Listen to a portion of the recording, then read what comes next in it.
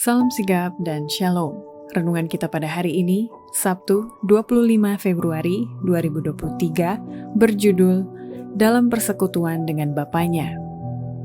Ayat intinya terdapat di dalam Kisah Para Rasul 5 ayat 25 dan 26. Tetapi datanglah seorang mendapatkan mereka dengan kabar, "Lihat, orang-orang yang telah kamu masukkan ke dalam penjara ada di dalam bait Allah dan mereka mengajar orang banyak." Maka pergilah kepala pengawal serta orang-orangnya ke bait Allah, lalu mengambil kedua rasul itu, tetapi tidak dengan kekerasan, karena mereka takut kalau-kalau orang banyak melempari mereka.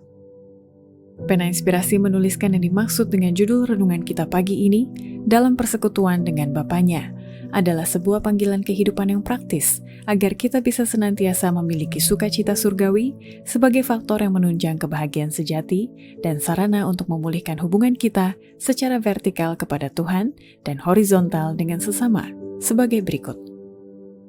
Pertama, ciri-ciri orang yang telah berada dalam persekutuan dengan Bapanya, seperti halnya Kristus, sudah tentu akan bersinar sebagai terang dunia dan percakapan mereka sudah tentu bernuansa surgawi. Allah menuntut umatnya supaya bersinar sebagai terang dunia, bukan hanya pendeta yang dituntut demikian, tetapi semua murid Kristus. Percakapan mereka seharusnya surgawi.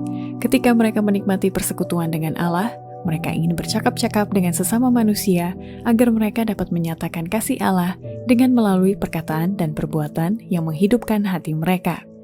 Dalam hal ini, mereka akan menjadi terang kepada dunia ini, dan terang yang mereka pantulkan tidak akan padam atau dimatikan. Kedua, ciri-ciri orang yang telah berada dalam persekutuan dengan Bapanya, seperti halnya Kristus, sudah tentu tidak akan menolak pelayanan bagi Kristus yang akan memberikan kekuatan dan kemuliaan tabiat. Mereka yang menolak kesempatan persekutuan dengan Kristus dalam pelayanan berarti menolak satu-satunya latihan yang melayakkan kita berpartisipasi dengan Dia dalam kemuliaannya. Mereka yang tidak menolak latihan yang dalam hidup ini memberikan kekuatan dan kemuliaan tabiat. Ketiga, ciri-ciri orang yang telah berada dalam persekutuan dengan Bapanya, seperti halnya Kristus, sudah tentu kehidupan mereka sehari-hari akan dipenuhi oleh suasana surga yang menyehatkan tubuh, menguatkan intelek, dan membahagiakan jiwa. Dalam persekutuan dengan Allah, dengan Kristus, dan dengan malaikat kudus, mereka diliputi suasana surga, yaitu suasana yang menyehatkan tubuh, menguatkan intelek, dan membahagiakan jiwa. Keempat, ciri-ciri orang yang telah berada dalam persekutuan dengan Bapanya, seperti halnya Kristus, sudah tentu tidak menjaga perasaan dan reputasinya mudah terluka, demi untuk menyelamatkan jiwa-jiwa dengan pertolongan persekutuan Roh Kudus. Kita tidak boleh membiarkan perasaan kita mudah terluka. Kita hidup bukan untuk menjaga perasaan atau reputasi kita, tetapi untuk menyelamatkan jiwa-jiwa. Pada waktu kita menjadi tertarik pada keselamatan jiwa-jiwa, kita berhenti memikirkan perbedaan-perbedaan kecil yang sering timbul dalam pergaulan kita satu sama lain.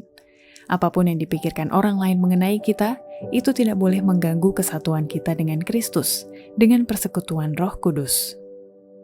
Kelima, ciri-ciri orang yang telah berada dalam persekutuan dengan Bapanya, seperti halnya Kristus, sudah tentu akan lolos ujian persekutuan surgawi untuk memiliki karunia kehidupan yang kekal.